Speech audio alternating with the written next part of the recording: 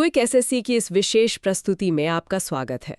आज हम भारतीय संविधान के बिल्कुल कह सकते हैं दिल में उतर रहे हैं, उसकी प्रस्तावना यानी प्रीएम्बल जी। इसे अक्सर संविधान की आत्मा कहा जाता है ना, या उसका पहचान पत्र या भविष्य का दर्शन भी। बिल्कुल, कई नाम है इसके। तो आज हम सिर्फ इसके शब्दों को रटेंगे नहीं, बल्कि उनकी कहानी समझेंगे, उनका मतलब जानेंगे और महसूस करेंगे कि ये हमारे राष्ट्र के लिए इतने मायने क्यों रखते हैं। हाँ, ये बहुत जरूरी है। और हमारी ये पूरी चर्चा आधारित है एम लक्ष्मीकांत की भारतीय राज्य व्यवस्था पुस्तक के अध्याय 5 पर। जी हाँ। तो चलिए संविधान की इस कुंजी को उठाते हैं और देखते हैं कि ये कौन से दरवाजे खोलती है। बिल्कुल, और ये समझना भी जरूरी है कि प्रस्तावना कोई अचानक से लिखा गया दस्तावेज नहीं है। अच्छा। हाँ, इसकी जड़ें पंडित नेहरू के उद्देश्य प्रस्ताव मतलब ऑब्जेक्टिव्स रेजोल्यूशन में है, जिसे संविधान सभा ने बड़े सोच विचार के बाद अपनाया था। ये वो आदर्श थे, वो सपने थे जिन्हें हमारे स्वतंत्रता सेनानियों ने देखा था और जिन्हें वे स्वतंत्र भारत के संविधान में एक तरह से साकार करना चाहते थे। और एक दिलचस्प बात यह भी है कि ये कोई पत्थर की लकीर नहीं रही है। मतलब 1976 में 42वें संविधान संशोधन के जरिए इसमें 3 बहुत महत्वपूर्ण शब्द जुड़े गए: समाजवादी, धर्मनिरपेक्ष और अखंडता। हाँ, ये तो बहुत बड़े बदलाव थे जी, जो उस समय की जरूरतों और सोच को दर्शाते हैं। तो शुरुआत ही देखें तो कितनी दमदार है। हम भारत के लोग, we the people of India. हाँ, ये महज कुछ शब्द नहीं है, ये तो जैसे पूरे संविधान की नींव रख देते हैं, है ना? बिल्कुल सही कहा आपने। ऐसा लगता है जैसे बता रहे हूँ कि असली मालिक कौन है। आपने बिल्कुल सही पकड़ा। ये वाक्य संविधान की शक्ति के स्रोत की घोषणा है, एक तरह से ऐलान है। अच्छा। ये साफ करता है कि भारत में सर्वोच्च सत्ता किसी राजा, किसी बाहरी शक्ति या किसी खास वर्ग के पास नहीं है, बल्कि सीधे आप भारत के जनता के हाथों में। यही जनता इस संविधान को बना रही है, इसे लागू कर रही है और खुद को ही समर्पित कर रही है। यहीं से हमारे लोकतंत्र और गणराज्य की अवधारणा भी निकलती है। सारी शक्ति का केंद्र बिंदु हम लोग हैं। तो ये तो हुई शक्ति के स्रोत की बात।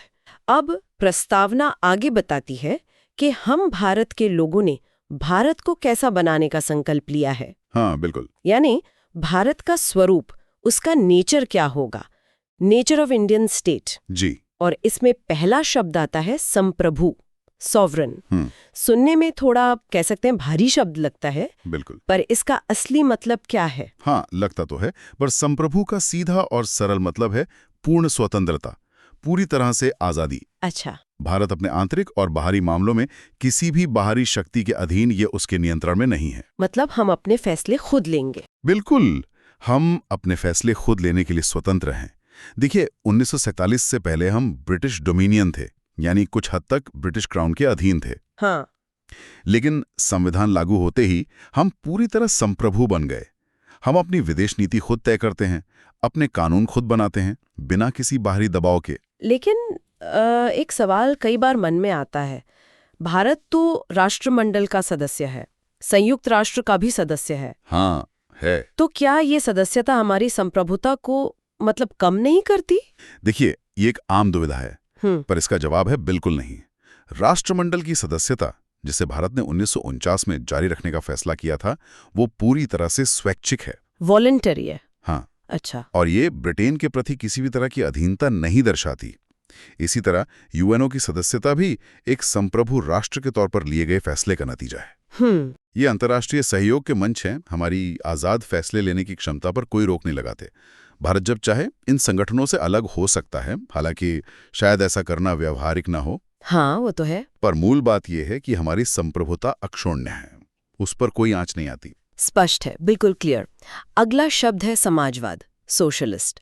ये जैसा आपने बताया मूल प्रस्तावना में नहीं था, इसे 1976 में जोड़ा गया। जी हाँ। तो भारत का समाजवाद किस तरह का है? क्या ये वैसा है जैसा हम रूस या चीन के संदर्भ में सुनते हैं? नहीं, और यहीं पर भारतीय मॉडल की खासियत है।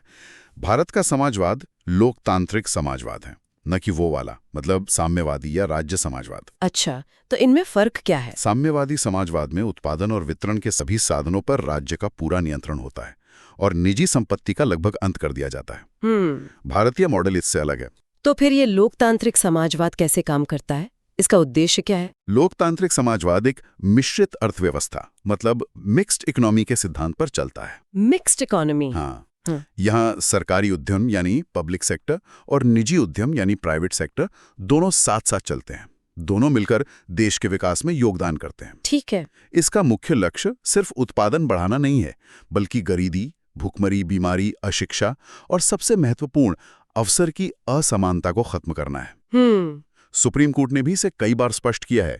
इसमें आपको मार्क्सवाद के सामाजिक न्याय के तत्व भी दिखेंगे और गांधीवाद के साधन और साध्य की पवित्रता के विचार भी। अच्छा, दोनों का मिश्रण। हाँ, पर इसका झुकाव स्पष्ट रूप से गांधीवादी आदर्शों की ओर ज्यादा है। मतलब शांतिपूर्ण और लोकतांत्रिक तरीकों से सामाजिक बदलाव लाना, यानी समाजवाद पर लोकतंत्र के रास्ते से। दिलचस्प है। बिल्कुल। अब आते हैं तीसरे शब्द पर, धर्मनिरपेक्ष, सेक्युलर। ये भी 1976 में ही जोड़ा गया। इसका मतलब भारत में क्या है? धर्मनिरपेक्ष शब्द का जुड़ना भी बहुत महत्वपूर्ण था, जैसा आपने कहा।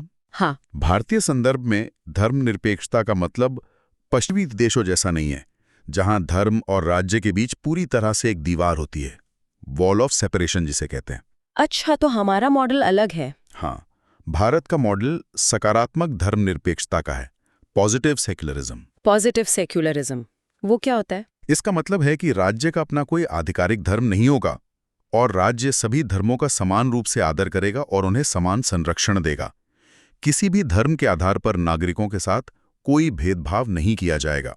तो ये सिर्फ ये नहीं कहता कि राज्य का कोई धर्म नहीं होगा, बल्कि ये भी कहता है कि राज्य सभी धर्मों को बराबर मानेगा और शायद समर्थन भी दे सकता है। बिल्कुल, बिना किसी भेदभाव के राज्य सभी धर्मों की उन्नति के लिए समान रूप से प्रयास कर सकता है। हमारे मौलिक अधिकार है ना, अनुच्छेद 25 से 28 तक, वो हमें अपने धर्म को मानने, उसका आचरण करने और प्रचार करने की स्वतंत्रता देते हैं। हाँ, देते हैं। वो इसी सकारात्मक धर्मनिरपेक्षता का प्रमाण है। ये भारत की जो अद्भुत धार्मिक विविधता है, उसको सहेजने का एक संवैधानिक प्रयास है। समझ गई, बहुत महत्वपूर्ण। चौथा शब्द है लोकतांत्रिक, डेमोक्रेटिक। हम सब जानते हैं भारत दुनिया का सबसे बड़ा लोकतंत्र है। हाँ। पर प्रस्तावना के लिहाज से इसके मायने क्या हैं? देखिए, प्रस्तावना का लोकतांत्रिक शब्द सिर्फ चुनाव तक ही सीमित नहीं है। ये एक बहुत व्यापक, बहुत ब्रॉड कॉन्सेप्ट है। अच्छा। पहली बात, जैसा हमने हम भारत के लोग में देखा, सर्वोच्च सत्ता जनता में निहित है। हाँ। दूसरी बात, भारत ने अप्रत्यक्ष संसदीय लोकतंत्र को अपनाया है। इनडायरेक्ट पार्लियामेंट्री डेमोक्रेसी, यानी हम अपने प्रतिनिधि चुनते हैं। हाँ, जनता अपने प्रतिनिधि चुनती है जो सरकार चलाते हैं और कानून बनाते हैं, और हमारी कार्यपालिका मतलब सरकार अपनी नीतियों और कार्यों के लिए विधायिका यानी संसद के प्रति उत्तरदायी है, अकाउंटेबल है। और इस पूरी लोकतांत्रिक व्यवस्था की जान क्या है? मतलब इसका आधार, इसकी जान है सार्वभौमिक वयस्क मताधिकार, यूनिवर्सल एडल्ट फ्रेंचाइज, वोट देने का अधिकार। हाँ।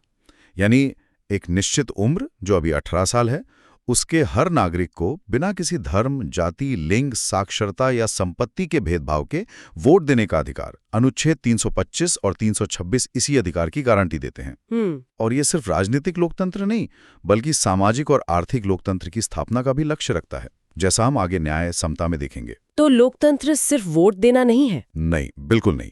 लोकतंत्र एक जीवन शैली है, एक वे ऑफ लाइफ, जिसमें स्वतंत्रता, समानता और बंधुत्व के मूल्य शामिल हों। आपने अप्रत्यक्ष लोकतंत्र का जिक्र किया। प्रत्यक्ष लोकतंत्र से ये कैसे अलग है? क्या उसके कुछ उदाहरण हैं? हाँ, देखिए, लोकतंत्र मोटे तौर पर दो तरह का होता है, प्रत्यक्ष और अप्रत्यक्ष, डायरेक्ट और इनडायरेक्ट। जी। प्रत्यक्ष लोकतंत्र में, जैसे पुराने जमाने में ग्रीस के नगर राज्यों में होता था, या आज भी स्विट्जरलैंड के कुछ हिस्सों में है, नागरिक सीधे शासन के फैसलों में भाग लेते हैं। अच्छा।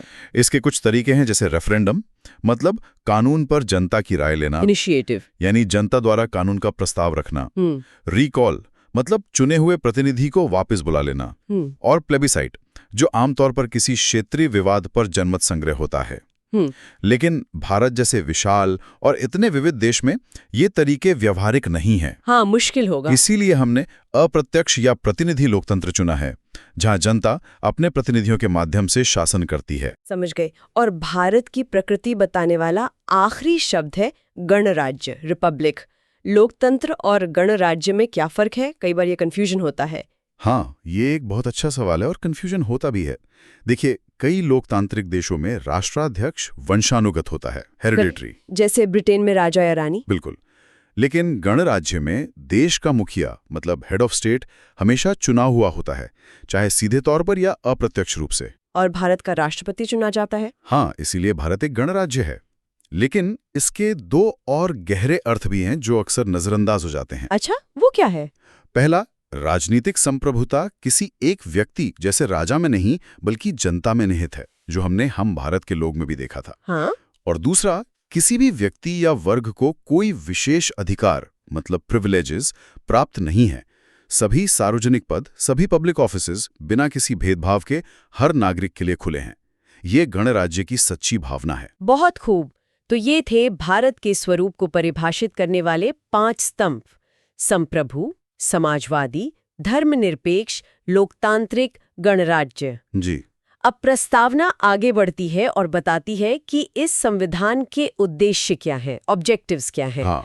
और पहला और शायद सबसे बड़ा उद्देश्य बताया गया है न्याय, जस्टिस। हाँ, न्याय प्रस्तावना का आप कह सकते हैं केंद्रीय तत्व है, कोर एलिमेंट। और ये सिर्फ कानूनी न्याय तक सीमित नहीं है। मतलब प्रस्तावना 3 तरह के न्याय की बात करती है: सामाजिक, आर्थिक और राजनीतिक, सोशल, इकोनॉमिक और पॉलिटिकल जस्टिस। अच्छा। और इन तीनों को मौलिक अधिकारों और राज्य के नीति निदेशक सिद्धांतों मतलब डायरेक्टिव प्रिंसिपल्स के अलग-अलग प्रावधानों के जरिए हासिल करने का लक्ष्य रखा गया है। इन तीनों न्यायों को थोड़ा और स्पष्ट करेंगे प्लीज? सामाजिक, आर्थिक और राजनीतिक न्याय का असल मतलब क्या है?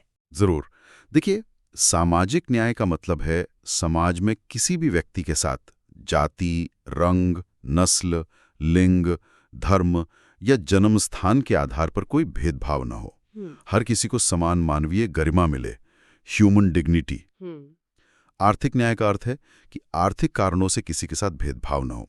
आय, संपत्ति और अवसर की जो असमानताएं हैं उनको कम किया जाए, धन कुछ ही हाथों में इकट्ठा ना हो। ठीक है।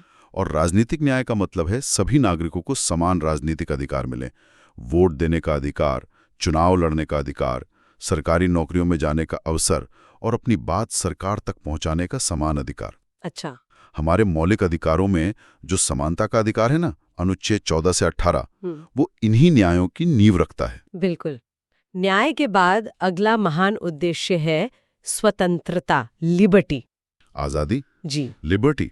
तो आजादी का मतलब सिर्फ ये तो नहीं कि हमें कोई रोक टोक ना हो या बस प्रतिबंधों का ना होना। नहीं, बिल्कुल नहीं। स्वतंत्रता का मतलब सिर्फ प्रतिबंधों का अभाव नहीं है, एब्सेंस ऑफ रिस्ट्रेंट्स नहीं है बस। तो फिर क्या है? इसका असली मतलब है व्यक्ति के व्यक्तित्व के संपूर्ण विकास के लिए अवसरों का उपलब्ध होना, अपॉर्चुनिटीज फॉर डेवलपमेंट। प्रस्तावना सभी नागरिकों को विचार, अभिव्यक्ति, विश्वास, धर्म और उपासना की स्वतंत्रता सुनिश्चित करती है।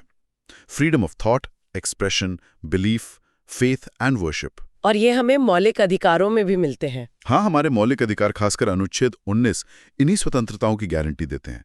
ये स्वतंत्रताएं ही तो लोकतंत्र को जीवंत बनाती हैं। लेकिन क्या ये स्वतंत्रताएं असीमित है? मतलब क्या हम कुछ भी कहने या करने के लिए आजाद हैं? नहीं, और ये जानना बहुत महत्वपूर्ण है। हमारी स्वतंत्रताएं असीमित या निरंकुश नहीं है, एब्सोल्यूट नहीं है। अच्छा। संविधान खुद इन पर उचित प्रतिबंध मतलब रीजनेबल रिस्ट्रिक्शंस लगाता है। किस आधार पर? ये प्रतिबंध देश की संप्रभुता और अखंडता, राज्य की सुरक्षा, विदेशी राज्यों से मित्रतापूर्ण संबंध, सार्वजनिक व्यवस्था, शिष्टाचार या नैतिकता, न्यायालय की अवमानना, मानहानि या अपराध के लिए उकसाने जैसे आधारों पर लगाए जा सकते हैं। मतलब स्वतंत्रता और जिम्मेदारी साथ साथ चलती हैं। बिल्कुल, लिबर्टी और रिस्पॉन्सिबिलिटी हैंड इन हैंड। स्वतंत्रता के बाद तीसरा उद्देश्य है समता, इक्वालिटी यानी बराबरी।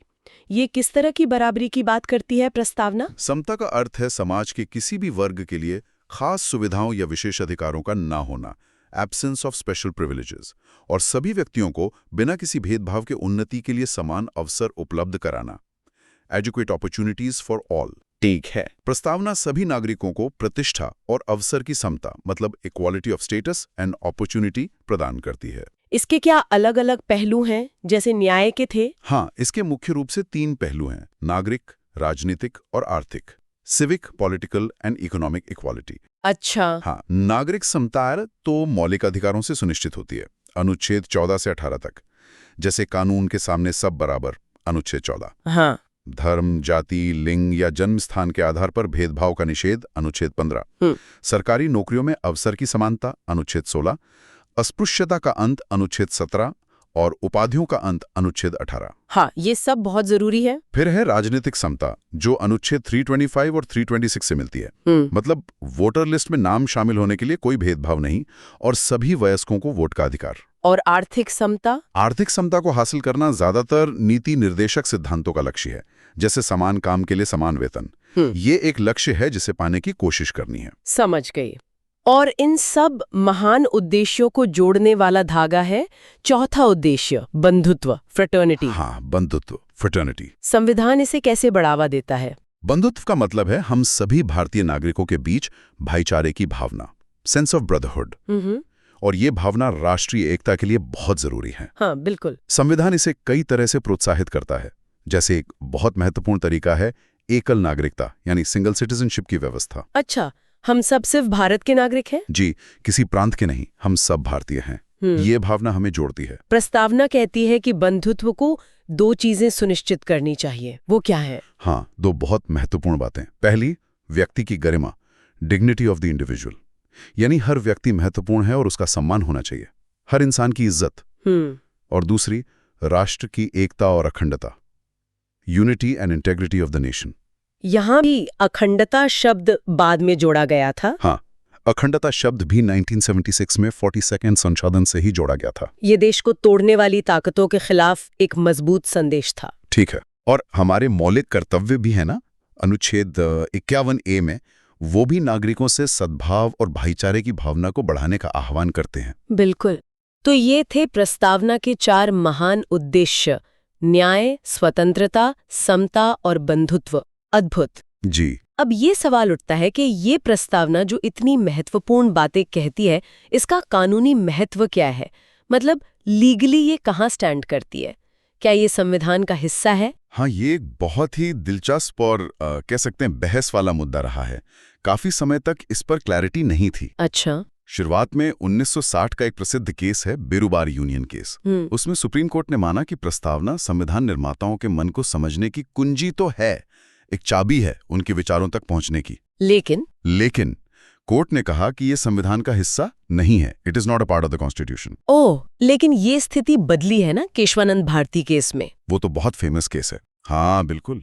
1973 का केशवानंद भारती बनाम केरल राज्य का मामला एक मील का पत्थर साबित हुआ। लैंडमार्क जजमेंट था वो। क्या कहा कोर्ट ने उसमें? इस ऐतिहासिक फैसले में सुप्रीम कोर्ट ने अपने बेरुबारी वाले फैसले को पलट दिया, ओवररूल कर दिया और स्पष्ट रूप से कहा कि प्रस्तावना संविधान का एक अति महत्वपूर्ण और अभिन्न अंग है। Very important and integral part. अच्छा। कोर्ट ने माना कि संविधान की व्याख्या, उसका इंटरप्रिटेशन, प्रस्तावना में दिए गए महान और उदात्त दृष्टिकोण के प्रकाश में ही की जानी चाहिए। तो अगर ये संविधान का हिस्सा है, तो क्या ये सरकार को शक्तियां देती हैं या उन पर कोई रोक लगाती हैं? और क्या हम इसे कोर्ट में लागू करवा सकते हैं, जैसे मौलिक अधिकारों को करवाते हैं? नहीं, यहाँ 2 बातें समझनी जरूरी हैं।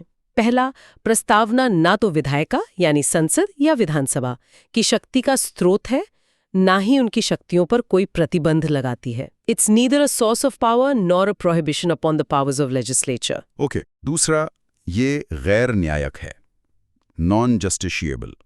इसका मतलब है कि आप सिर्फ प्रस्तावना के प्रावधानों के आधार पर अदालत जाकर कोई अधिकार लागू नहीं करवा सकते। जैसे आप मौलिक अधिकारों के आनंद पर सीधे कोर्ट जा सकते हैं, वैसा प्रस्तावना के लिए नहीं कर सकते। अगर ये गैर न्यायक है, तो फिर इसका महत्व क्या है? मतलब फिर ये इतनी जरूरी क्यों है? और क्या इसमें संशोधन हो सकता है, बदला जा सकता है इसे? देखिए, इसका महत्व इसके कानूनी रूप से लागू होने या ना होने से कहीं ज्यादा है। ये संविधान का दर्शन है, उसकी आत्मा है, फिलॉसफी है ये शासन के लिए एक मार्गदर्शन है, एक गाइडिंग लाइट है। जैसा N.A. पालकीवाला ने कहा था, ये संविधान का परिचय पत्र है, identity card of the constitution. हाँ, ये कोटेशन बहुत फेमस है। जी। और सर अर्नेस्ट बार्कर ने इसे संविधान की कुंजी नोट कहा था, की नोट। अच्छा। रही बात संशोधन की, तो केशवानंद भारती केस में कोर्ट ने कहा कि अनुच्छेद 368 के तहत प्रस्तावना में संशोधन किया जा सकता है, इट कैन बी अमेंडेड। लेकिन कोई शर्त भी थी। हाँ, शर्त यह है कि संविधान के मूल ढांचे, मतलब बेसिक स्ट्रक्चर, को नष्ट ना किया जाए, उसमें बदलाव नहीं होना चाहिए। और हम जानते हैं कि इसमें संशोधन हुआ भी है। बिल्कुल। 42वें संशोधन 1976 द्वारा इसमें एक बार संशोधन किया भी गया, जब वो 3 शब्द जोड़े गए, समाजवादी, धर्मनिरपेक्ष और अखंडता। बिल्कुल। तो कुल मिलाकर आज की हमारी चर्चा ने ये स्पष्ट कर दिया कि भारतीय संविधान की प्रस्तावना सिर्फ एक औपचारिक शुरुआत नहीं है, एक फॉर्मल इंट्रोडक्शन भर नहीं है। नहीं, बिल्कुल नहीं। ये हमारे राष्ट्र के आदर्शों का घोषणा पत्र है। संप्रभुता, समाजवाद, धर्मनिरपेक्षता, लोकतंत्र, गणराज्य, ये उन लक्ष्यों का वादा है जिन्हें हम पाना चाहते हैं। न्याय, स्वतंत्रता, समता, और ये उस भावना का आह्वान है जो हमें एक रखती है, बंधुत्व। हाँ। ये शब्द सिर्फ कागज पर नहीं, बल्कि हमारे राष्ट्रीय जीवन के, हम सबके जीवन के मार्गदर्शक सिद्धांत होने चाहिए। हम सब ये सोच सकते हैं कि प्रस्तावना में लिखे ये महान शब्द न्याय, स्वतंत्रता, समता, बंधुत्व आज के भारत में जमीनी हकीकत से कितने मेल खाते हैं। ये सोचने वाली बात है। क्या हम एक समाज के तौर पर इन आदर्शों को जी रहे हैं? और सबसे महत्वपूर्ण, एक नागरिक के नाते इन मूल्यों को सिर्फ संविधान की किताब में नहीं, बल्कि अपने रोजमर्रा के जीवन में, अपने आस पड़ोस में, अपने देश में मजबूत करने के लिए हम क्या कर सकते हैं? हाँ, ये सवाल हम सबके सोचने के लिए है। बहुत ही जरूरी सवाल। और इसी विचार के साथ इस गहन चर्चा को यहीं विराम देते हैं। अगर आप और जानना चाहते हैं या अन्य विषयों पर हमारी चर्चा सुनना चाहते हैं, तो हमारी वेबसाइट www.quickscc.com पर जरूर जाएं। जी। आप हमें सोशल मीडिया पर क्विक SCC नाम से ढूंढ सकते हैं और हमें Spotify पर फॉलो करना भी न भूलें। अगली मुलाकात तक सीखते रहें और सोचते रहें।